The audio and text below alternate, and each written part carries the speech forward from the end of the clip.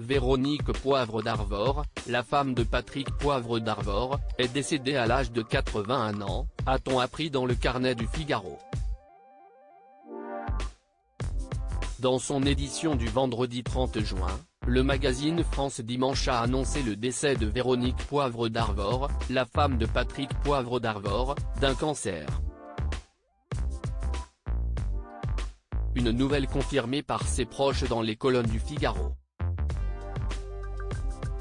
Patrick, son époux, Dorothée, Arnaud, Morgane, ses enfants, Tiphaine, Solène, Garance, ses enfants disparus, François, Gwenaël, Tristan, Maël, Jérémy, Joachim, Alexandre, Charles, Blanche, ses petits-enfants, Nino et Alba, ses arrière-petits-enfants, ont l'immense tristesse de faire part du décès de Véronique Poivre d'Arvor, survenu le 24 juin 2023 à Neuilly-sur-Seine, peut-on lire.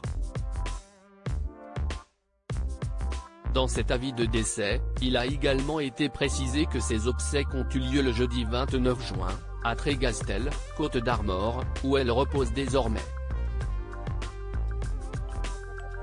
Véronique Poivre d'Arvor venait de fêter ses 81 ans le 23 avril dernier.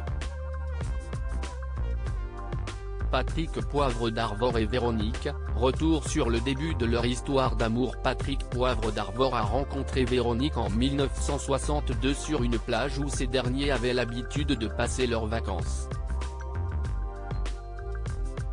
Lui avait 15 ans, elle 20 ans. Le coup de foudre a été immédiat. Un an seulement après leur rencontre, ils deviennent parents d'une petite fille prénommée Dorothée. En 2014, dans l'émission La parenthèse inattendue de Frédéric Lopez sur France 2, le journaliste s'était confié sur cette relation qualifiée par nos confrères de France Dimanche d'atypique. C'était franchement difficile pour mes parents, comme pour les parents de Véronique.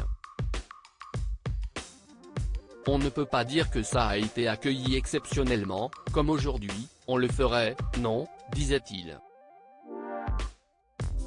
Patrick Poivre d'Arvor et Véronique se sont mariés en 1971, à la mairie de Neuilly-sur-Seine, lors d'une cérémonie intimiste à laquelle Valéry Giscard d'Estaing était présent. Il était alors ministre de l'économie et des finances sous la présidence de Georges Pompidou. Des drames qui ont jalonné leur vie et une séparation dès 2010. La vie du couple a été marquée par des drames.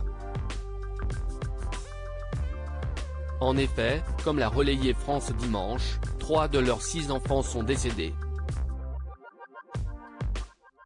Il y a eu Tiphaine, victime de la mort subite du nourrisson, puis Garance, mort-née, et Solène, leur fille qui s'est suicidée en se jetant sous une rame de métro en 1995. Elle avait 19 ans et souffrait d'anorexie. Véronique Poivre d'Arvor a aussi dû gérer l'infidélité de son mari avec Claire Chazal.